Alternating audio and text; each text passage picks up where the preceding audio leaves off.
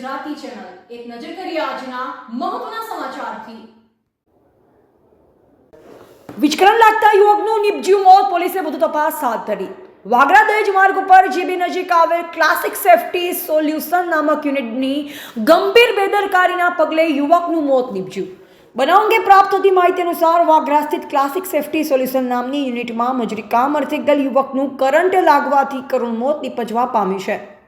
વાગરાની GB ચોકડીથી આશરે 200 metre દૂર પખાજણ જવાના માર્ગ ઉપર ક્લાસિક સેફટી સોલ્યુશન નામનું યુનિટ આવેલ છે, જ્યાં આજરોજ બપોરના અરસામાં કંપનીનું મટીરિયલ્સ ભરી કાયસર ટેમ્પો આવ્યો, જેને ખાલી કરવા માટે વાગરાની નવી નગરી ખાતે રહી મજૂરી કામ કરી પેટ્યું રડી ખાતા મુકેશ ઉર્ફે મીઠાભાઈ રાઠોડ જો મજૂરી કામ કરવા માટે ત્યાં ગયા હતા। ટેમ્પા ચાલકે યુનિટ બહાર રિવર્સમાં ટેમ્પો ગોઠવતા મુકેશભાઈ તેમજ તેમના સાથીદારો ટેમ્પા ઉપર ચડતા ઉપરથી પસાર થતી જીબીની હાઈ ટેન્શન લાઇન સાથે મુકેશભાઈનો હાથ અડી જતા મુકેશભાઈ ઘટના સ્થળે જ કમકમાટી ભર્યું મોત નીપજ્યું છે।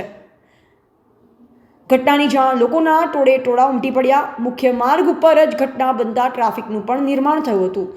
આ બનાવ અંગે વાગરા પોલીસને જાણ કરવામાં આવતા પોલીસ પણ તાબડતોડ બનાવવાળી જગ્યાએ આવી પહોંચી મૃતદેહને ટેમ્પોમાંથી નીચે ઉતારી 108 મારફતે વાગરા આરોગ્ય કેન્દ્ર ખાતે ખસેડ્યો હતો।